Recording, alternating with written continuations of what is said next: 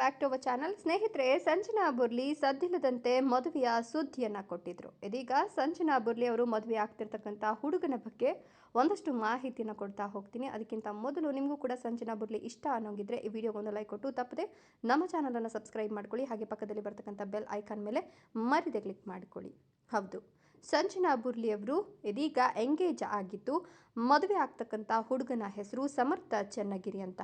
ಹೌದು, ದಾವಣಗೆರೆಯ ಚನ್ನಗಿರಿ ಮೂಲದವರು ಈ ಸಮರ್ಥ. ಇದೀಗಾಗಲೇ ಇವರಿಬ್ಬರ ಎಂಗೇಜ್ಮೆಂಟ್ ಬಹಳ ವಿಶೇಷವಾಗಿ ನಡೆದಿದೆ ಅಂತ ಹೇಳಬಹುದು.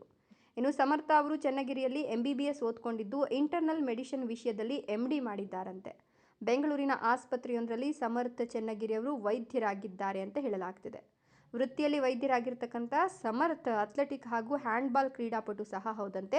ಇವರಿಗೆ ಪ್ರವಾಸ ಹೋಗೋದು ಅಂದ್ರೆ ಸಿಕ್ಕಾಪಟ್ಟೆ ಇಷ್ಟವಂತೆ. ಇನ್ನು ಸಂಜನಾ ಬುರ್ಲಿ ಹಾಗೂ ಸಮರ್ಥ ಅವರದ್ದು ಲವ್ ಮ್ಯಾರೇಜೋ ಅಥವಾ ಅರೇಂಜ್ ಮ್ಯಾರೇಜೋ ಅನ್ನೋ ಪ್ರಶ್ನೆಗೆ ಇನ್ನೂ ಕೂಡ ಸ್ಪಷ್ಟವಾಗಿ ಉತ್ತರ ಸಿಕ್ಕಿಲ್ಲ.